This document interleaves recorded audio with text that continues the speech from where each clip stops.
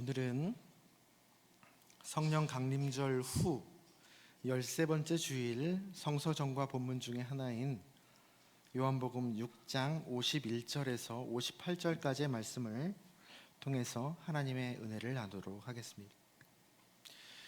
오늘 본문도 떡에 관한 말씀이죠.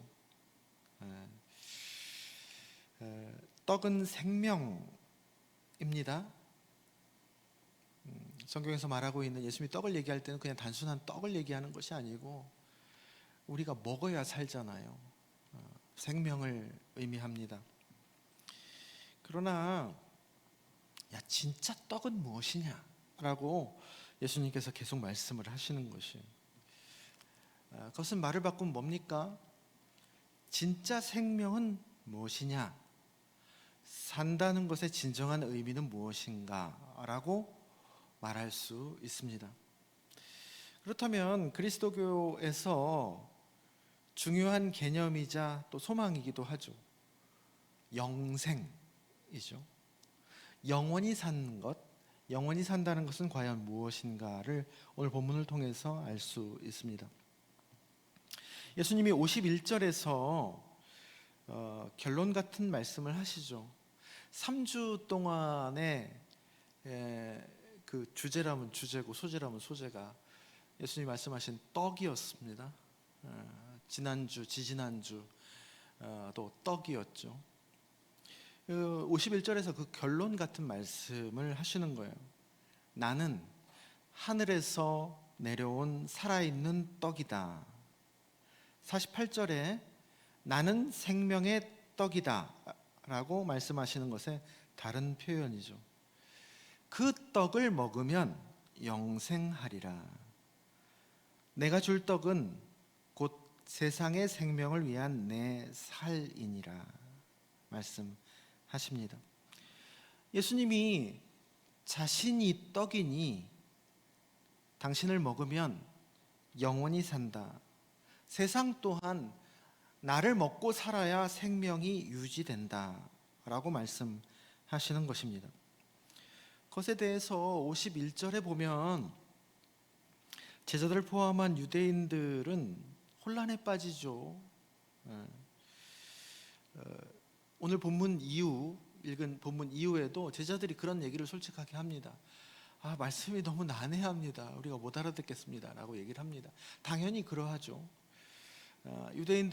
제자들을 포함한 유대인들이 다 이렇게 이 말씀을 듣고 혼란에 빠집니다.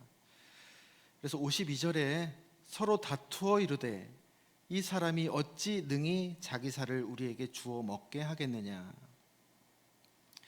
그 당시에 이 예수님의 표현은 사실은 오해를 불러일으키게 할 만한 내용이었습니다.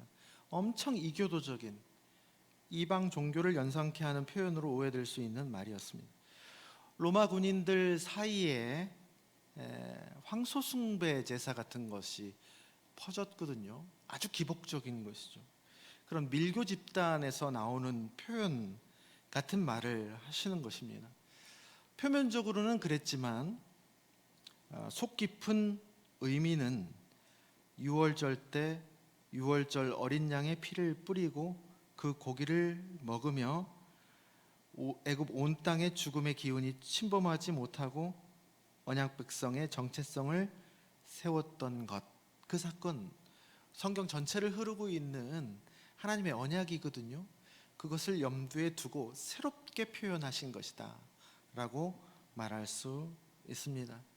여기서도 예수님의 표현에 대해서 할 말이 참 많이 있는데 참 예수님의 말은 보면서 예수를 따르고 닮아가는 그리스도인의 말은 점점 이렇게 세상의 언어를 쓰지만 이렇게 표면 밑에 이면에는 이런 하나님의 마음, 하나님의 언약이 담겨져 있는 깊이가 있어야 한다는 생각이 듭니다. 그래서 예수님이 교육 수준이 높아서 그러는 것이 아니고 가난한 집에서 교육도 많이 못 받으셨지만 성경을 가만 보면 산상수훈에 나오는 표현처럼 새 것과 옛 것을 넘나들면서 시의적절하고 또 아름다우면서도 세상과 사람을 깊이 이해하는 말씀들을 하시면서 그들과 이 소중한 것에 대해서 소통하시는 장면들이 참 많이 나옵니다. 예수님이 53절에서 그러한 말로 이제 계속 깊이 말씀을 해 주시는 것이에요. 53절 이하의 말씀 55절까지를 저와 여러분 함께 읽어보면 좋겠습니다. 53절부터 55절입니다.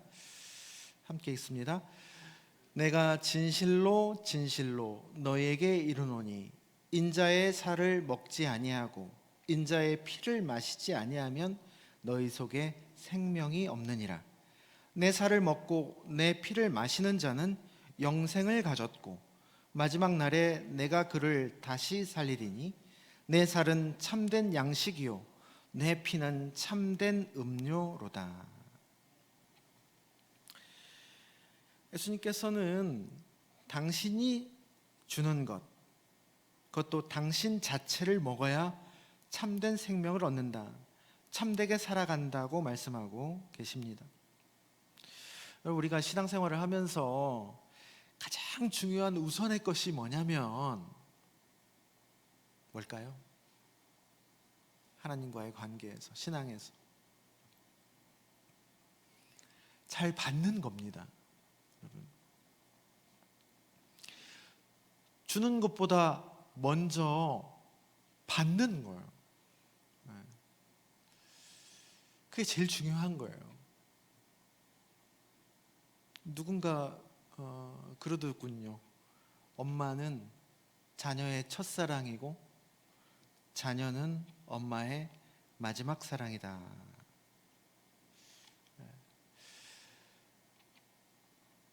엄마의 마지막 사랑이 되기 위해서는 자녀가 엄마를 처음으로 사랑하는 존재로 받아들여야 되는 것이죠. 받되 어떻게 받는 겁니까? 온팡 받는 거예요. 그래야 줄 수 있습니다. 내 안에 없는데 어떻게 줍니까? 내 안에 없는 것을. 사람은 자신에게 있는 것만 다른 이들에게 줄 수 있습니다. 내 안에 사랑이 있어야 사랑을 주죠. 내 안에 미움밖에 없으면, 내 안에 화밖에 없으면 수도꼭지 틀면 뭐가 나와요? 미움하고 화가 나올 수밖에 없는 거예요. 그래서 찬송가 85장에서 클레르보의 버나드, 제가 가끔씩 인용하는 이 아가서를 설교했지 않습니까? 사랑에 관해서 신앙 성숙을 사랑의 4단계로 설명한 이 클레르보의 버나드가 쓴 찬송가 아니겠습니까? 구주를 생각만 해도 이렇게 좋거든. 주 얼굴 배울 때야 얼마나 좋으랴. 거기서 그런 가사가 나오죠. 그 사랑 받은 사람만 그 사랑 알도다. 받아야 돼요. 그게 신앙생활의 기본입니다. 신앙생활의 기본이자 시작은 인생의 시작과 그 메커니즘이 동일하다고 생각합니다. 받는 거예요. 인생의 시작도 사랑을 받는 겁니다. 온전히 아이가 모든 것이 무기력한 상태에서 엄마의 사랑, 엄마가 주는 모든 것을 다 받는 것처럼, 그래야 생명을 유지할 수 있습니다. 그래야 자랄 수 있습니다. 그래야 나중에 자기 몫을 아주 멋지게 할 수 있고 엄마에게 효도를 하더라도 할 수 있는 거예요. 처음에 온팡 다 받아야 돼. 무기력한 상태에서. 창세기 12장 이스라엘 백성의 시작이라고 할 수 있는 아브라함을 부르는 장면에서 아브라함의 우선 사명이 뭐였냐? 아브라함의 제1의 사명이 뭐였죠? 우리는 사명하면 뭘 하는 걸로 생각하잖아요. 제1의 사명 또한 받는 거였습니다. 땅의 모든 족속에게 복의 통로가 되는 것이 아브라함의 사명이잖아요. 에? 그게 제1의 사명이 아니었어요. 우리는 사명이라고 하면 그거부터 생각하죠. 그게 먼저가 아니라 뭐가 먼저였죠? 너는 복이 될지라. 너는 복으로 꽉 찬 존재가 되게 라는 얘기입니다. 노력했어? 아니요. 네가 뚜껑만 열고 있으면 내가 위에서 부어주겠다는 얘기입니다. 하나님이 주신 것, 복 그 자체이신 하나님을 내 안에 온전히 받고 채우라는 얘기입니다. 그 상태로 어디를 가든지 네가 가는 곳마다 복이 흘러서 다른 족속에게도 복이 흘러가는 것이지 쥐어짜라는 얘기가 아니에요. 그래서 그 복 있는 상태로, 하나님께 충만한 상태로, 받는 상태로 존재하는 것이 그리스도인의 제1의 사명입니다. 그래서 그리스도인들은요, 좋은 곳으로 가서 내가 좋아지는 존재가 아니고 가는 곳이 좋아지는 존재로 부름을 받는 것이 창세기 12장, 성경의 새로운 시작이라고 할 수 있죠. 이스라엘 백성의 시작이라고 할 수 있는 그 언약입니다. 그래서 여러분, 신앙생활의 실력은 여기에 달려 있습니다. 그래서 기본이죠. 하나님과 나와의 관계, 아버지와 자녀 간의 기본적인 그 내밀하고 깊은 사랑이 흐르고 채워지지 않으면 뭘 한다 한들 뻑뻑해지는 겁니다. 천사의 말을 한다고 할지라도, 산을 옮기는 믿음이 있다고 할지라도 이것이 없으면 뻑뻑해지는 거예요. 바르게 살려고 애써도 세상을 오히려 경직되고 생명 없이 만들 수 있습니다. 율법주의로 흘러갈 수 있어요. 그래서요, 여러분, 예배, 말씀 묵상, 기도, 찬양, 하나님이 주신 자연을 누리는 것, 세상의 모든 아름다움에 반응하면서 하나님의 사랑을 경탄하고 음미하는 것, 그것이 신앙생활에서 제일 중요한 겁니다. 뭘 하는 것 이전에 이게 제일 중요한 거예요. 이게 밑바탕이 되어 있어야 합니다. 바로 그 사람이 흘려줄 수 있습니다. 그래서 여러분, 교회에서 신앙 좋다는 분들 중에 이걸 어느 사이에 놓치는 분들이 있어요. 뭔가 하는 데만, 해야 한다는 생각 때문에 누리는 것, 하나님 안에서 온팡 쉬는 것, 내가 은혜가 필요하다는 것을 잃어버린 분들이 계십니다. 뻑뻑해지는 거죠. 뻑뻑해지는 거. 그럴 때 어떻게 해야 합니까? 어떻게 해야 돼요? 받아야 되는 거예요. 받는 존재입니다. 여러 신앙과 삶, 말씀과 자연의 통로로부터 받으려고 하셔야 합니다. 어떤 자세로요?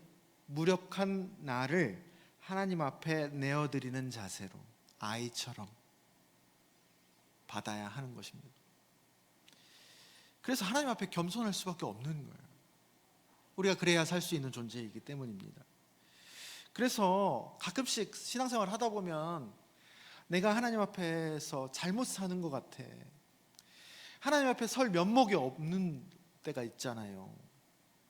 그럴 때 내가 이 상태로는 내가 예배 못 드려, 내가 이 상태로는 성찬을 못 받아, 그렇게 생각이 흘러갈 때가 있죠.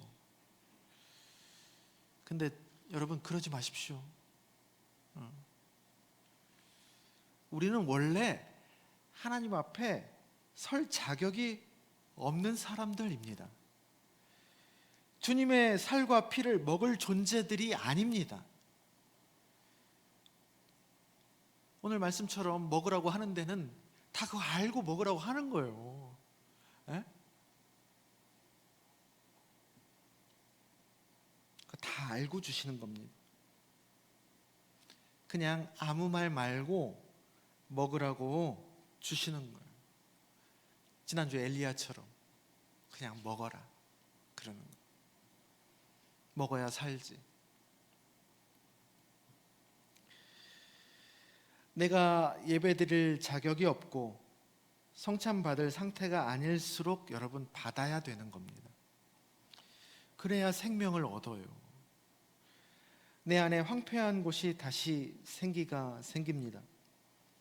하나님 앞에서 이 죄인이 어떻게 설 수 있습니까? 라고 말하지만 어떨 때는 그 안에 숨은 교만이 들어 있을 수도 있습니다. 그러면 언제 설 건데요? 좀 괜찮아지면 내 모습이? 그러면 그때는 내 마음속에 그런 마음이 있는 거예요. 내가 하나님 앞에 어느 정도 설 자격이 있어서 내가 하나님 앞에 이렇게 섭니다 라는 마음이 있는 거잖아요. 중심이 우리도 모르게 자기 중심으로 흘러갈 수 있습니다. 중심이 자기에 있을 때가 있어요. 신앙의 지향은 늘 하나님께 중심을 두는 방향으로 지향을 해야 되는 것이 우리 신앙생활의 제일 기본적인 방향입니다. 그러면 하나님께 중심이 돼 있으면 사도 바울처럼 나를 본받으라고 대놓고 자랑을 해도 그것이 교만이 아니고 다른 사람을 세워주는 겸손이 될 수도 있는 것이죠. 그러나 자기 중심이 자기에게 있으면 아무리 겸손하게 보여도 그것은 교만일 수 있습니다. 저도 설교 앞두고 죽을 마실 때가 있어요. 여러분들은 그냥 내가 이러고도 예배를 드려도 되나, 성찬을 받아도 되나, 그렇지만 저는 말을 해야 되잖아요. 성찬을 줘야 되는 입장이고, 역할상 말을, 설교하는 말 본문 정해졌지만은 그 본문을 이거 내가 할 수 없는 말인데 마치 내가 다 살아낸 것처럼 얘기를 해야 되는 그런 처지에 있을 때 정말 죽을 맛입니다. 이번 주 설교는 내가 정말 못하겠다. 얼굴이 화끈거려가지고. 제가 설교자로 20년인데요. 그럴 때가 여러분 적었겠습니까? 진짜로 주일날 도망가고 싶을 때, 뿅하고 사라지고 싶을 때가 참 많이 있었습니다. 근데 어떡할게요? 해야지. 그런데 설교를 하면서 여러분들 청중들에게만 하나님 말씀을 전하는 것이 아니고 하나님이 이 말씀을 통해서 나에게도 말씀하신다는 것을 참 많이 느꼈습니다. 설교하면서 그래서 그 전에는 죽을 맛이 서서히 설교하면서 살맛으로 변해요. 설명할 수가 없어요. 왜 그런지. 회복이 되는 거예요. 저도. 그래서 목사는 설교로 구원받는다는 말을 하곤 합니다. 이어서 56절에서 58절의 말씀을 함께 읽도록 하겠습니다. 56절에서 58절입니다. 다 함께 읽겠습니다. 내 살을 먹고 내 피를 마시는 자는 내 안에 거하고 나도 그의 안에 거하나니 살아계신 아버지께서 나를 보내심에 내가 아버지로 말미암아 사는 것 같이 나를 먹는 그 사람도 나로 말미암아 살리라. 이것은 하늘에서 내려온 떡이니 조상들이 먹고도 죽은 것과 같지 아니하여 이 떡을 먹는 자는 영원히 살리라. 우리가 받는 거에 대한 얘기를 했잖아요. 왜 예수님이 자신을 먹고 마시라고 하셨는가? 우리에게 왜 받으라고 하셨는가? 그냥 일방적으로 우리를 살려주기 위해서 그러셨는가? 우리를 분명 살려주시지만 살려주시기 위해서만 그러는 것이냐? 우리가 받는 게 참 중요하다고 얘기했지만 우리가 받기만 하는 것이냐? 56절 내 살을 먹고 내 피를 마시는 자는 내 안에 거하고 나도 그의 안에 거한다. 먹고 마시라는, 나의 온전한 것을 다 받으라는 이유가 여기에 나옵니다. 그냥 먹고 살라는 얘기뿐만이 아니에요. 그게 목적이 아닙니다. 관계입니다. 관계. 서로 안에 거하는 거예요. 그래서 먹으라고 하는 거예요. 서로 사랑하는 겁니다.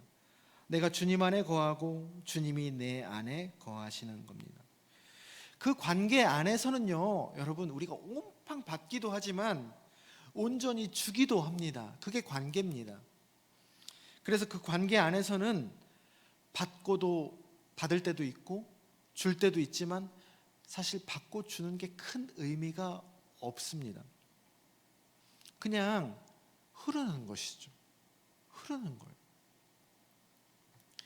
그게 성경에서 말하고 있는 언약입니다. 언약과 약간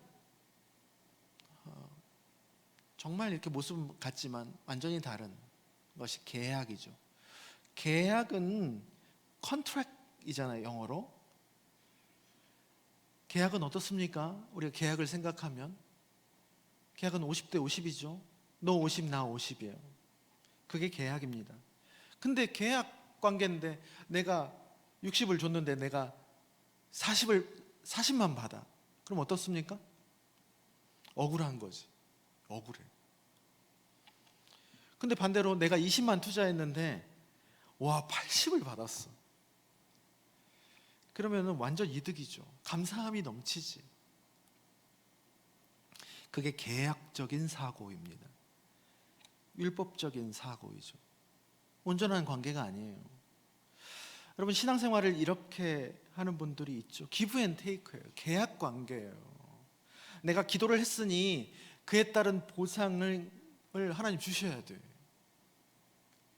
내가 이렇게 헌신을 했는데 그만큼의 복이 와야 되는 거 아닌가? 라는 생각이 밑바닥에 깔려 있어요. 여러분, 하나님과 우리와의 관계는 그런 계약이 아닙니다. 언약이에요. 언약. 언약은 커버넌트라는 단어를 씁니다. 컨트랙이 아니에요. 그냥 단단하게 연결되어 있는 거예요. 그 연결된 관계에서는요, 서로 흐르죠. 그러다가 어쩌다 보니 50대 50으로 서로 관계할 수도 있겠지만은 내가 10만큼밖에 안 했는데 90을 받을 때도 있거든요. 그리고 반대로 내가 90을 할 때도 있고, 그런데 그게 중요하지 않는 겁니다. 억울하지 않는 거예요. 부모가 자식이 어릴수록 자식에게 100을 하잖아요. 100. 그런데 여러분, 억울하십니까? 100을 하셨던 부모님들 억울하십니까? 너 내가 어릴 때 다 해줬으니까 너도 이제 다 갚아야지. 그건 계약이죠. 그건 하는 말이고 저 밑바탕의 얘기들은 그냥 자식이니까 한 거죠. 하나님이 우리에게 여러분 바라지 않습니다. 그런데 다 해주시죠. 자기 이름을 위해서 의의 길로 인도하시는도다. 시편 23편입니다. 아들을 내어주기까지 우리를 온팡 사랑하셨는데 그게 우리가 조금 자격이 있어서 하는 게 아니고 우리가 아직 죄인 되었을 때 그리스도께서 우리를 사랑하심으로 다 주셨다. 로마서 5장 8절이죠. 바라지 않고 하시는 거예요.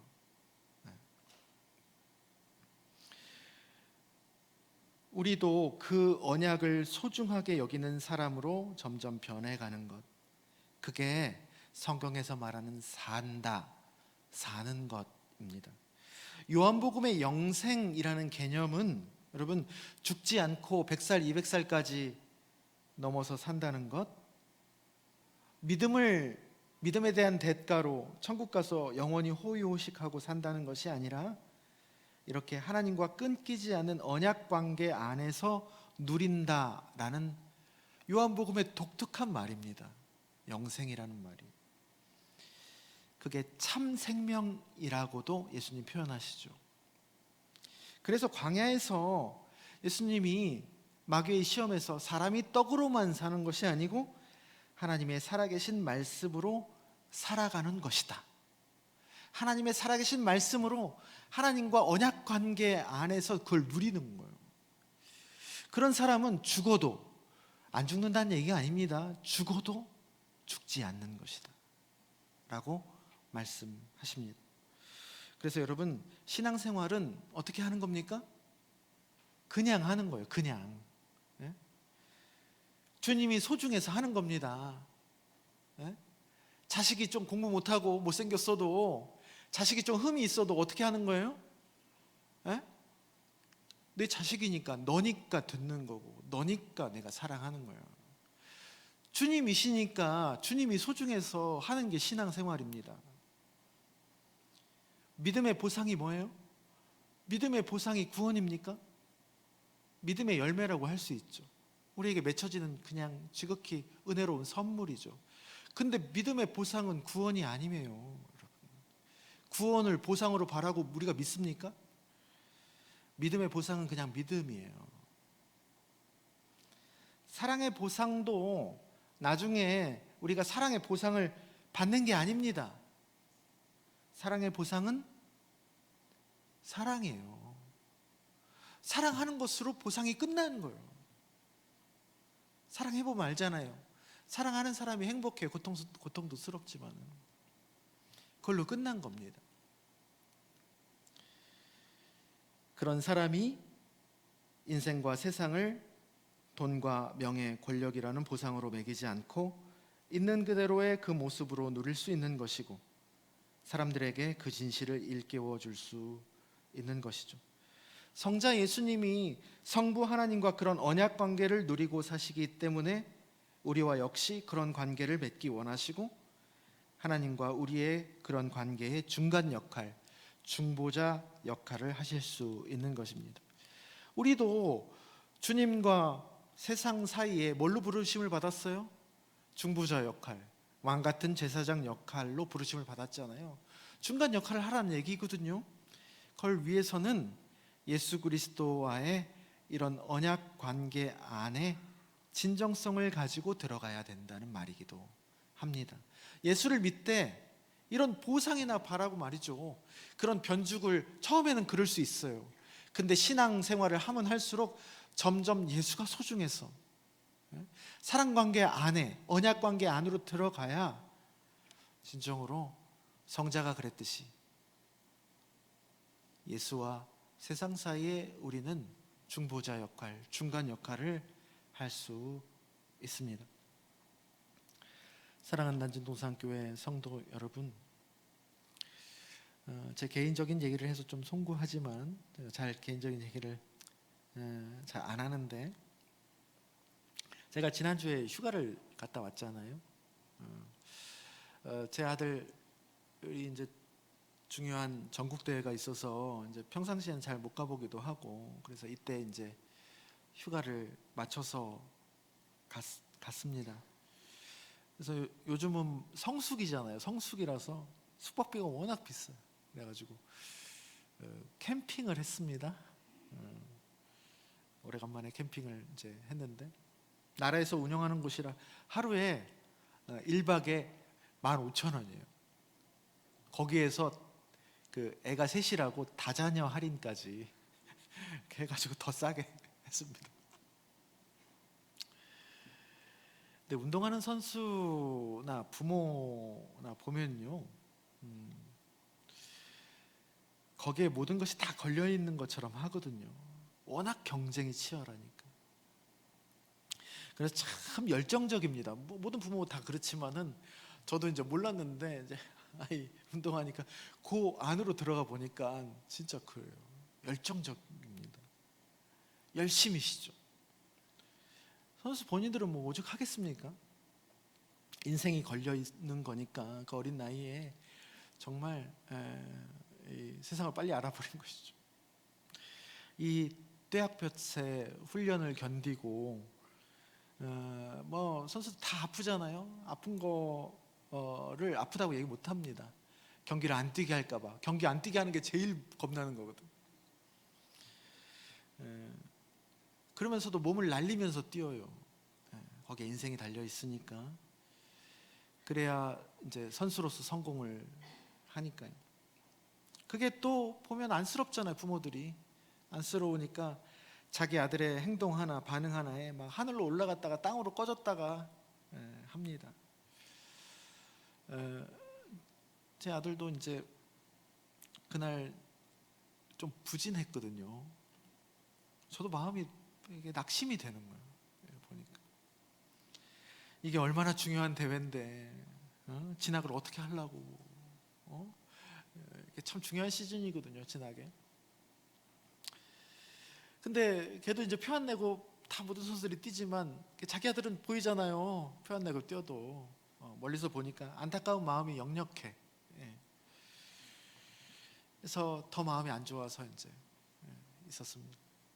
근데 그날 지나고 이제 캠핑장 그 소나무 숲에서 이렇게 아침을 다 이렇게 새벽에 올라오면서 밝아지면서 아침을 맞이하는데 너무 아름답고 멋진 거예요. 공기는 이루 말할 수 없고 15,000원짜리인데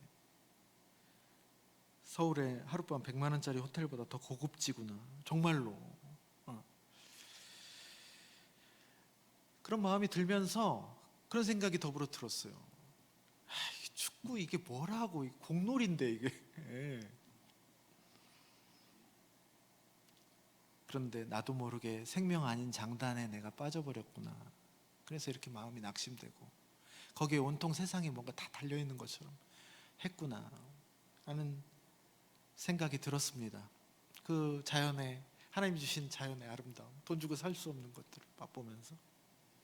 그래서 그 다음 경기에 가서 경기 끝나고 축 처져서 나오는 아들을 꼭 안아줬습니다.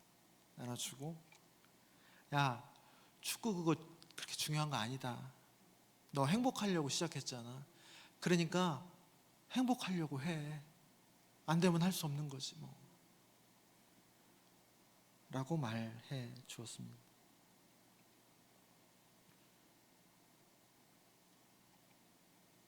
여러분, 우리가 무엇을 하든 어떤 사람으로 사느냐가 더 중요한 거 아니겠습니까? 예수님이 그 말씀 하시는 거라고 저는 생각을 합니다. 주님은 우리에게 그 질문과 그 답을 우리의 삶의 자리가 어떠하건 진실과 사랑으로 전해주고 있습니다. 이것은 하늘에서 내려온 떡이니 조상들이 먹고도 죽은 그것과 같지 아니하여 이 떡을 먹는 자는 영원히 살리라. 아멘.